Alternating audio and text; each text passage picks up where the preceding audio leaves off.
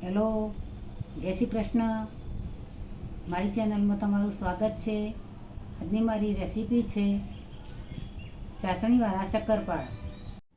શક્કરપારા બનાવવા માટે ચાસણીવાળા શક્કરપારા બનાવવાના છે. તેના માટે 1 વાટકી ઘઉંનો લોટ લીધો છે.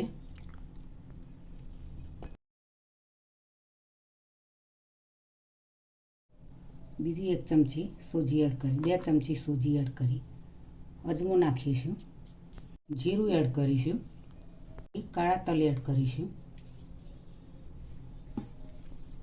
મિક્સ કરી દઈશું.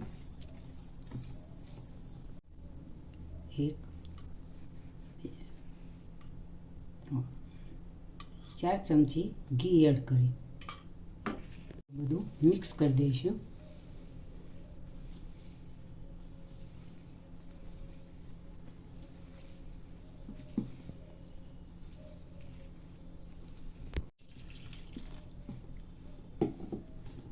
નોર્મલી પાણી એડ કરી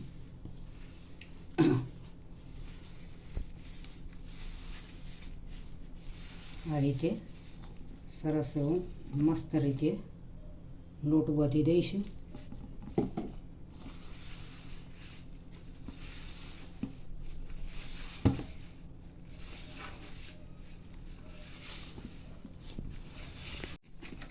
લોટ બંધાઈને સરસ એવો તૈયાર થઈ ગયો છે.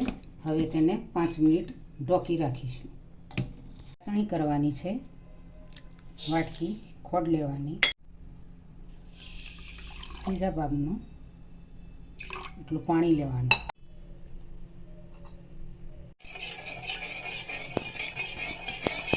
ચાસણી માટે ખોડ ઓગળી જાય વધારે થવા નહીં દેવાની, 5 મિનિટ થવા દેવાની છે. હવે 5 મિનિટ ઉપર થઈ ગયું. જાડું ના પડે, જરૂર ના પડે.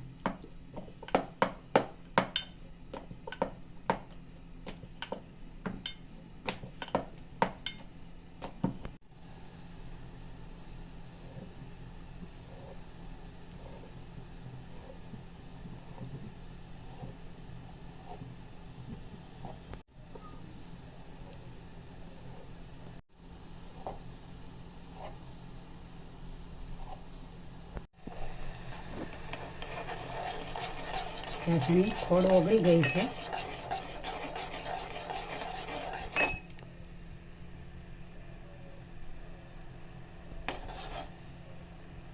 નોર્મલી કરવાની છે.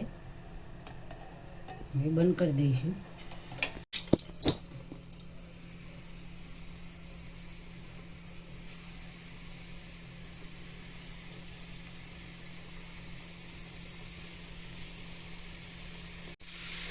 રીતે શક્કરપારા તૈયાર થઈ જશે.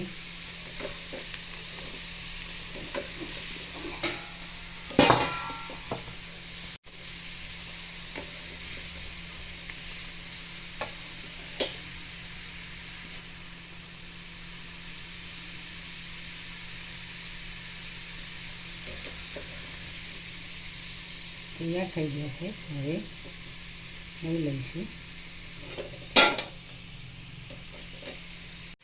શક્કરપારામાં તમે આ રીતે ખોડ નાખ્યા વગર પણ બનાવી શકો, તેની ચાસણી કરીને, અને ખોડ નાખીને પણ બનાવી શકો. બજારમાં જેવા સરસ એવા શક્કરપારા મળે છે તેવા તમે ઘરે પણ ક્રિસ્પી શક્કરપારા બનાવી શકો છો. ટેસ્ટી અને મીઠા એવા શક્કરપારા.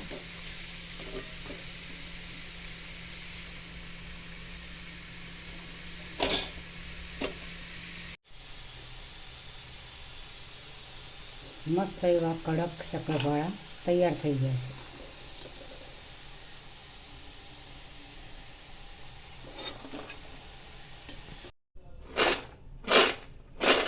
કડક એવા મસ્ત શક્કરપારા તૈયાર થઈ ગયા છે. હવે તેને ચાસણીની અંદર એડ કરીશું.